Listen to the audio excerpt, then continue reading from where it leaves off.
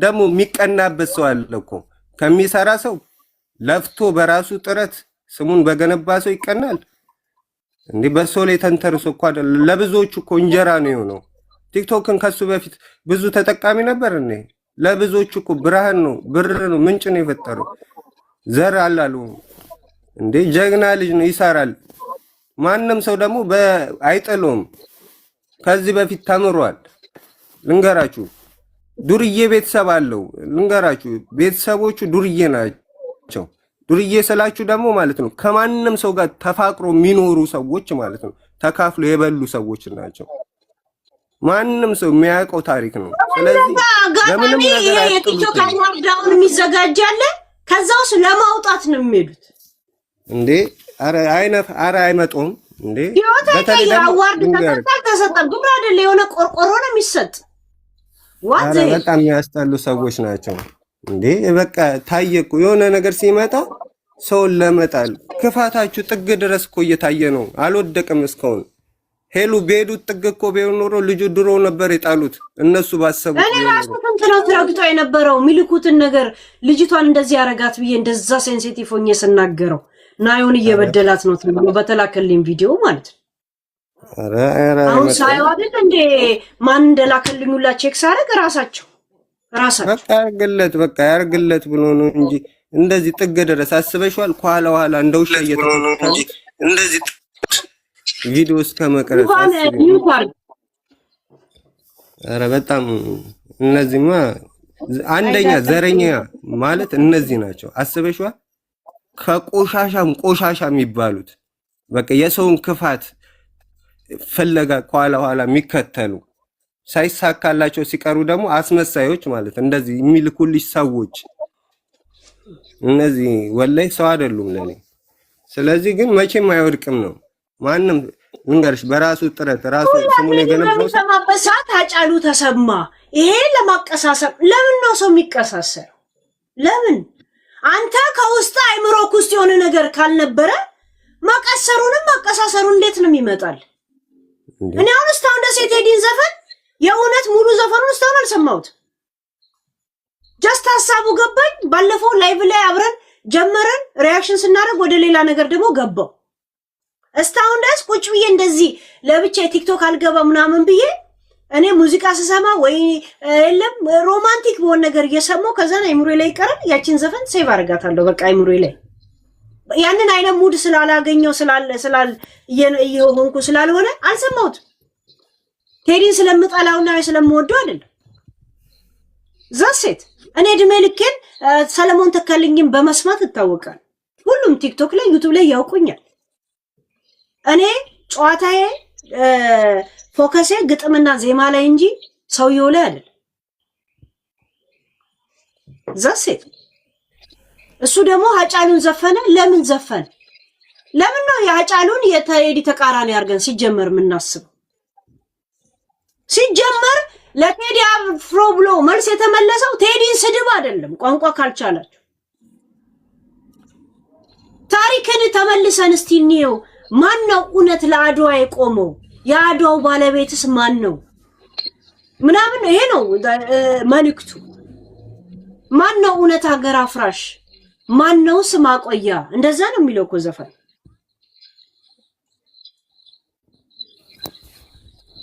ሞተ ብለህ ሀገር ዳስ ለጣልከው ሀዘንን አንተ ተወጣ፣ እኛ ሀገር አለችን መቼም የማትሞት አይነት ነው ዘፈኑ እንጂ ቴዲ እንደዚህ ተነፋጅ እንኒ ምናምን አላሉ። አያችሁ ትርጉሙ ሳይገባን አያችሁ የበታችነት የምናምነት የምን የበታችነት ይሄ እኛ ራሱ ምን አይነት ሰበብ ላይ ያለን ዘረኞች እንደሆነ ነው የሚያሳየው። ጫፍ ላይ ያለ ጫፍ ላይ ደግሞ ዘረኝነቱ ይሄ ዘር ብቻ አይደለም ንቀት የተሞላበት። በነገራችን ላይ ኢትዮጵያ ላይም ሆነ አፍሪካ ላይ የመንግስት ችግር አይደለም ህዝቡን ደሃ ያደረገው መናናቅ ነው። ሰበብ ስንፈልግ አንቀጽ 39 ይነሳልን። ልክ ሌሊትና ማታ ስንተኛ ስንነሳ አንቀጽ 39ን እያነበብን እንደምንተኛ ብጤ ያንን እያሰላሰለን እንደምንኖር ብጤ መጽሐፍ ቅዱስ እንኳን አመስግነን እንኳን አንተኛ ትዝም የማይለን ስንት ሰው አለ። ሰበብ ስንፈጥር ግን ይሄንን እንላለን። ንቀት ነው እኛ ጋር ያለው። አፍሪካ እንዳለ በንቀት ነው እንደዚህ ዶካ ሆኖ የሚሄደው እንጂ ምንም ማነው መንግስትን እያሰበ የሚኖረው? ጋይስ ቤትኩ ስትኖር ለጎረቤት የሆነ ነገር ምቀኝና ስታሰምን ህገ መንግስቱን እያሰብክ ነው እንዴ? አብይን እያሰብክ ነው እንዴ? ተፈጥሮ ውስጥ ያለው ማንነት ነው ከጎረቤት ጋር ሼር የምታረገው። ገብቷል? በውስጥ ከእንትን አንተ ውስጥ ለእንደዚህ ነገር ዝግጁ ካልሆነ ወይ እንደዚህ ነገር ከሌለ ቀበል መንግስት የት ምን እያረክ እንደሆነ የት ነው የሚያውቀው? የራስ እንቅስቃሴ ነው። እዚህ ጋር ዘረኝነት ነው እንላለን፣ ግን አሜሪካ ላይ የታቦት ስሞች ሁላ ተሰርዘው ጎንደር ቤተክርስቲያን፣ ወለጋ ቤተክርስቲያን፣ ደግሞ የጎጃሙ ቤተክርስቲያን፣ የአቡነ የትግራዩ ቤተክርስቲያን ብለው ግን ሰላማዊ ሰልፍ ለመውጣት እኛ አንድ እንሁን ነው ጮታቸው። ቴዲ አፍሮ ስለ አንድነት አነቃን ይላል። ስለ አንድነት ካሰብክ እኔ የምሄደው ጎጃሙ ቤተክርስቲያን ነው፣ ጎንደሩ፣ የወለጋው እያልክ ምን አስኬደ? እኛ ቤተክርስቲያን በታቦት ወይ በእንትን ሲሰየም ነው የምናውቀው። እንዳለ ማርያም ቤተክርስቲያን ብሎ እንኳን የሚጠራን ያላየውም። በተለይ እዚህ አሜሪካ ያላችሁት እውነት ስለ አንድነት ነው እሱ ያስተማረው ወይም ደግሞ ያነቃን ካልክ እንደዚህ አይነት ውስጥ የእውነት ያንተ የጎደለ ነገር ከሆነ ምን የጎንደሩ የወለጋው የጅኒ የምኑ መከፋፈሉ ለምን አስፈለገ? ቤተክርስቲያንን ደግሞ ምን እንትን ያስበላል? ይሄን ነበር እዛው ነው የምትለው። የእውነት ቴዲ የዘፈነው ስለ አንድነት ነው ካልክ ይሄን አንድነት እዛው ታደርገው ነበር። ምን ሄደው የእንትኑ ቤተክርስቲያን ነው ያልክ እንደዚህ ባልተከፋፈልክ ነበር በቤተክርስቲያን እንኳን። እና በውስጣችሁ የሌለን ነገር እንዲኖረን አርጎናል ብላችሁ ዝም ብላችሁ ድፍንፍን ያለ ውስጣችሁን ቄስ የሆነ ውስጣችንን ነገር ዝም ብለን ለወሬ እንዲመቸን እስተምንተኛ እንቅልፋችን ሳይመጣ ደስ የምናወራውን ቃላቶች ባናሳምር ጥሩ ነው ብዬ አስባለሁ። ገባችሁ? እንዳለ አሁን ዲያስፖራ ቴዲ ስለ አንድነት ነው የሰበከን እሱ ላይ ተጽዕኖ እንዳይፈጠር ምናምን ብሎ ኦሬዲ ባንዲራ ይዞ ተነስተዋል። ሰላማዊ ሰልፍ ይወጡ። ከዛ በኋላ ግን እሁድ ሲደርስ ግን የን ጧት ቤተክርስቲያን የት ነው የምንገኘው? የወለጋው እንገናኝ። የወለጋ እንትን አለ እንዴ? መላክ አለ እንትን ታቦት አለ? እንደዚህ አይነት ዘረኝነታችን ነው። እንደዚህ ምንም የለም ጋይስ። ስትፈጠር ደም ስርክ ውስጡላ ንቀት አለ። ንቀታችሁ ነው አፍሪካን እንደዚህ ዳ ያረጋችሁ። አታሳብብ አንድነት ምናምን ያንተ አንድነት ወይንም አንድ ቋንቋ ብቻ ላውራ ነው። ድሮ አባቶቻችን አጽሙም የለም ጋይስ። በቃ ዛሴት የለም፣ በቃ የለም፣ ምንም ነገር የለም። አለቅ አሳልፎ ሰጥቶናል። እኛ ደግሞ በአሁኑ ትውልድ እነሱ በሚመቸው ከዘመኑ ጋር ይራመዳል። ዛሴት ዘመኑም ይቀይራል። የዛፍ እንኳን ጥላ ቦታ ይቀያይራል። ሰው ልጅ ኮማ ውስጥ አይደለም የሚኖረው። አባቶቻችን እንደዚህ ነው። ድሮ ልዩነት አልነበረም። እስከ 7 ቤት ተቋጥራ አልነበረም እንደ የምትጋባው? ቡዳ አንጣሪ ጥንጡሪ ምናምን ብላ አይደል እንደ እስከ 9 ቤት ተቋጥራ ስትጋባ የነበረው? ምን ነው ቀንደው የገጠመ ቡዳ እያልክ አልነበረም እንደ መንጠረ ስታወጣ የነበረው? you think this is ውሸት? ዝንብ እንኳን በጋላ የተሰየመበት ጊዜ አልነበረም እንዴ? ምንድነው የምታወሩት? ያልነበረ ኬት ነው የምታመጣው? አባቶቻችን እንደዛ አረ የምን አባት ነው የምታወራው? አንጥረኛ ቂጠኛ ምንጥረኛ ምናምን እያልክ እንትን እየመነቃቀርክ ጥቁር አታገባ ምን አትል ጥቁር ሲወለድ ባሪያ እያልክ ጭሰኛ የጨንገረድ የቂጥ ገረድ እያልክ እየከፋፈልክ ሴትን ዝቅ እያደረክ እንትን እያልክ የምን ልዩነት ድሮ የለንም። እውነት 9 ቤት ጥፍሩላ ሳይቀራል እንደ አስመርምረን እንትን ስትል የነበረው በውስጥ የሌለውን ዘረኝነት አንቀጽ 39 ይሄ መንግስት ከፋፈለ ምናምን ነገር እውነት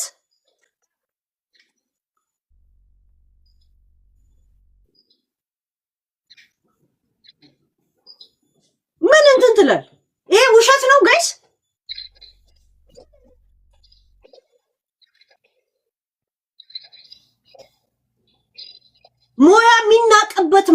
የሚጋባበት ዘመን አልነበረም እንዴ?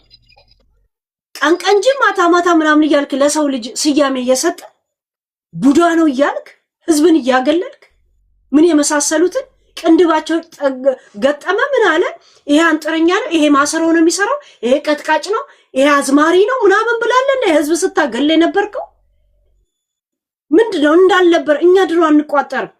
እስከ 98 ቤት ነበር ቆጥራችሁ የምትጋቡት። አሁን ነው ዝም ብሎ እንደውም የሚጋቡት። ገባችሁ?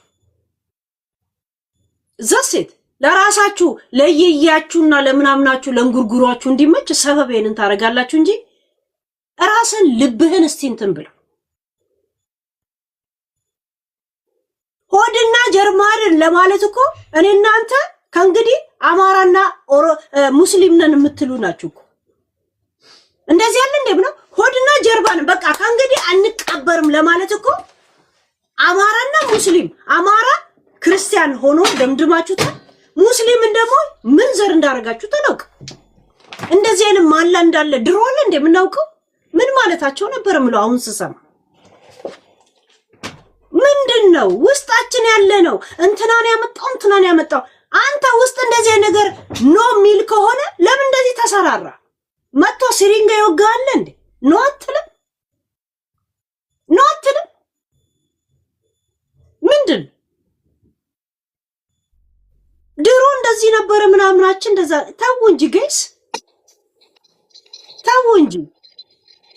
እኛ እናውቅም እንደ የሐረር ሰዎችን የጨለንቆን ጦርነት ንገሩን አባ፣ የጨለንቆን እልቂት ንገሩ። አደሬ ለምን መደቡን ቀይ እንደሚያረግ ታውቃላችሁ? አቦታውን ጋይስ አንድነት ምናምን ነገር እናንተ ለእናንተ አንድነት አንድ ቋንቋና የሆነ ነገር ነው፣ ሌላው ገረዶ ነው እንዲኖር ነው። አሁን እንደዛ አለ። ሁሉም እኩልነት የሚል ላይ ነው። ሁሉም በራሱ እንትን እኩል እንዲሄድ ዘሴት አሁን እያጨቃጨቀን ያለው እኩልነት ማለት መናቅ መገፋት የመሰላችሁ ሰዎች ናቸው።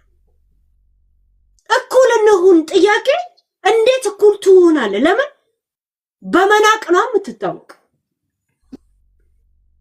ትልቁ ዝንብ የማ ተብሎ ነው የሚጠራው? ጋላ ዝንብ አይደል?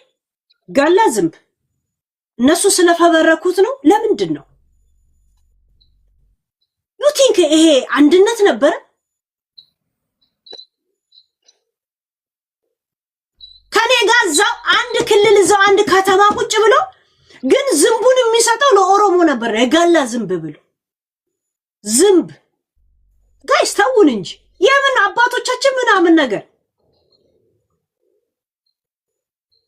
አባቴ እስከ ኧረ ተውን እንጂ ጋይስ እንኑር ነው እኮ አንድ ላይ ተባባሉት አይደል? ኖ እንደ ድሮ ዝምባም እያልኩ ልኑር ደግሞ አንተም ሰው ሆነ ነው ጨዋታው። ንቀት ነው አፍሪካን እንደዚህ ደሃ አድርጎ ያስቀረው። አጉል ንቀት፣ አጉል ሃይማኖት፣ አጉል ባህል የሚባለው ነገር ነው ህዝቡን ደሃ አድርጎ ያስቀረው። ህገ መንግስቱ ምንም አድርጎን አያውቅም። መንግስት ምንም አድርጎን አያውቅም።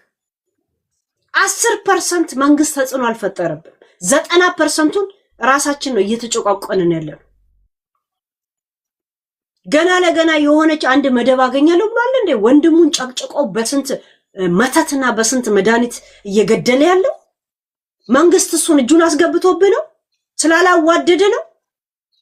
አዳሜ እንኳን አንድ ዙር ብቻ ሴክስ ሲያደርግ ሁለተኛ ዙር እምቢ ሲለው ይሄ መንግስት የሚል ሰው ነው ያለ።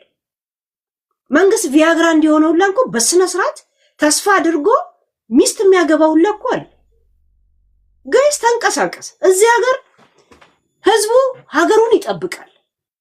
እዚህ ሀገር ስደተኛ እንደው መጋረጃውን ይዘጋል የሚል መጽሐፍ ራሱ አላቸው ያሳተሙ ወይን ትዝብት። ሁሉ መጋረጃቸው ክፍት ነው። ስደተኛ ብቻ ነው የሚዘጋው። ምን እንደተፈጠረ ፖሊስ አይደለም መጥቶ ማን እንደደወለ አታውቅ። የሆነ ነገር ከሆነ ከዛም ፖሊስ ይመጣል ያጣራል። ህዝቡ የሀገሩ ጠባቂ ነው። እኛ እንኳን ከቤታችን ቆሻሻ አጽድተን በር ላይ እናረግና መንግስት አጸዳም ይላል። ወይም ደግሞ በሽታ ወረርሽኝ መጣ ይላል። ግቢ የምታጸዳው ውጭ የምታጸዳው አንተ ነህ። you are responsibility። የኔ ልጅ እንኳን ቆሻሻ መንገድ ላይ ሊጥል አይደለም መንገድ ላይ የሆነ ቆሻሻ ካየ በእጁ ይዞ ሄዶ የሆነ ቆሻሻ ቦታ ይጥላል። እኛስ ወይን ችግኝ ካርግን እንዳልቀጣ ነው እንጂ የምትሉት ችግኙ አሳዝኗቸው ወይ ደግሞ ችግኙ ቢያድግ ለሀገር ድምቀት ሊሆን እንደሚችል አሳስቧቸው አይደለም። የሆነ ነገር የሆነ ማትገጩት ወይም ደግሞ ማትረግጡት መንገድ ለማቆሸሽ መንግስት እንዳያይ መዘጋጃ ነው እንጂ የምትሉት ለምን ይቆሽሻል ከሚል እንደ ተፈጥሮ እንደ ግዴታ እንትና መንግስት ምንድነው? መንግስት እኮ ተቀጥሮ የዲፕሎማሲውን ስራ እንዲሰራልን ነው እንጂ አንተን ሀገርን የምትጠብቃት። እኔ ወንድሜን ተነስቼ ማታ ብገለው መንግስት የት ነው የሚያይ? የህሊና ጉዳይ ነው። የሰው ህይወት ያለው እንኳ እጅ ላይ ህሊና ላይ ነው ያለው፣ ልብ ላይ ነው ያለው። መንግስት ላይ አለ። መንግስት እኮ ጉዳዩ ካለቀ በኋላ ነው የሚመጣው። ምናልባት ማን ነው መንግስት? መንግስት እኮ ከዓለም ጋር ያለውን የዲፕሎማሲ ስራ እኛው ወክሎ ሄዶ እንዲፈጽም ነው እንጂ የጓዳችንን ጎርጓዳ ሽንኩርት እንዲልጥልን አይደለም። ዛሴት በምናልባት የሚኖርና በግምትና በቁብና በምን የሚኖር ሰው ታክስ ሲስተም ሲባልበት እንደ ሆርሞን ቅይር ብሎበት እንዴት እንደዚህ ይደረጋል ይላል። ገና ጊዜ ይቀራል። ተከባበር፣ መጀመሪያ ተከባበር። እዚህ ቁጭ ብለህ በምታወራው እናትህና አባትህን ነው የምታስጠላው። ማን ነው ቤተሰቡን ሙሉ የደም ምርመራ አድርጎ ዘሩን አጣርቶ የተወለደ? አንተ ኦሮሞ ሆነ እዚህ ምድር ላይ ለመምጣት ያደረከው አስተዋጽኦ አለ? ኦሮሞ ሆነ ለመወለድ ያደረከው የከፈልከው ነገር አለ? የሆነ ጥረግረን ያመጣኸው አማራ ለመሆን ምን የከፈልከው ነገር አለ?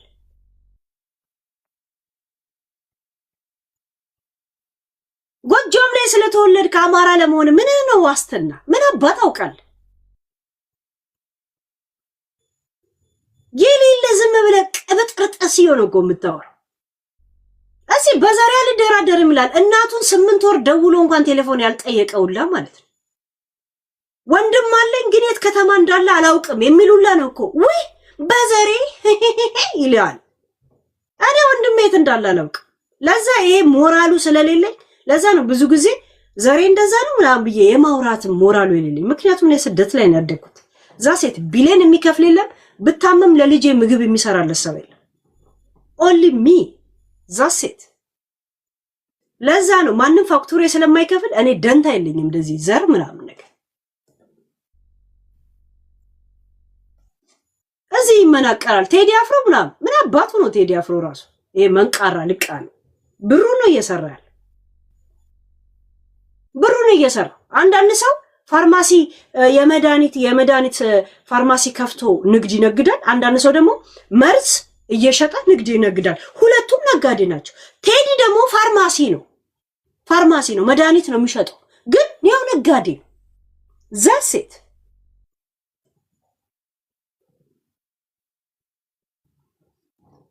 ቴዲ ምንም ስለማይደረግ እሱም ተገና አድርጎ ምንም አይነት ረብሻም ምንም አይነት ሀገር ላይ ረብሻም ሊያስነሱ የሆነ እልቂት ሊያስነሱ የሚሄዱትን ሰዎች ላይ ግን መንግስት እርምጃ ይወስዳል። ቴዲ ስር ተደብቀው ዓላማቸውን ማሳካት አይችሉም። ዛሴት ቴዲ የማይነካው ጀግና ስለሆነ አይደለም። ገባችሁ? ያ ጀግና ስለሆነ አይደለም። መንግስት አይነካው። ምክንያቱም የሀገር ዲሞክራሲ ምን አይነት ጥግ እንዳለ ትልቅ ማስተማሪያ ማሳያ መሆን ያለበት ይሄ ነው። በአንድ ድንጋይ ብዙ ሚሊዮን ወፎች ማለት እዚህ ጋር ግን በቴዲ ዙሪያ ሆነው ቴዲን ተደግፈው መሰሪነት ሊያደርጉ ያሉትን እያንዳንዷ ትለቀማለች። በተለይ የአምለሰት ቤተሰቦች አሚቼዎች መንግስት ትኩረት ያደርግበታል። ምክንያቱም የአምለሰት እናት ከኢሳያስ አፈወርቂ ምን አባቷ ይዛ እንደምትመጣ እናውቅ። ዛሴት ቴዲን አንደገር ቢያረጉት የአምለሰት ቤተሰቦች ናቸው። ምክንያቱም በአያት በአጎት በክርስትና እናት ኤርትራዊነት ካላቸው ናይ ወዲ ሀገሪና ነሐብዚ ሁሉ በማለት ኢትዮጵያን ለመበጥበጥ ምን ለማለት ሁሉ ቀን ግንባር ቀደሞች አምጪዎች ናቸው። ዛሴት ያ ሰምታችኋል። ተበዱ በያቸው ሰምታችኋል አይደል? ስንቴ ነው የምናገር? መብታችን ነው። አምቼ ላይ ትኩረታችን አምቼ ላይ ነው። ዛሴት እንደናንተ ወይ አማራን አለ ኦሮሞን አለ ኖ እኛ አምቼ ላይ ነው ፎከሳችን። ልክ ሀጫሉን ዋጋ እንዳስከፈሉት በሀጫሉ ምክንያት ስንት ሀጫሉን የማታውቀው እናት እንደተደፋችው እንደሞተችው በቴዲ ምክንያት ያ ብጥብጥ ሀገሬ ላይ እንዲነሳ አልፈልግም። ያንን ደግሞ አክሰስ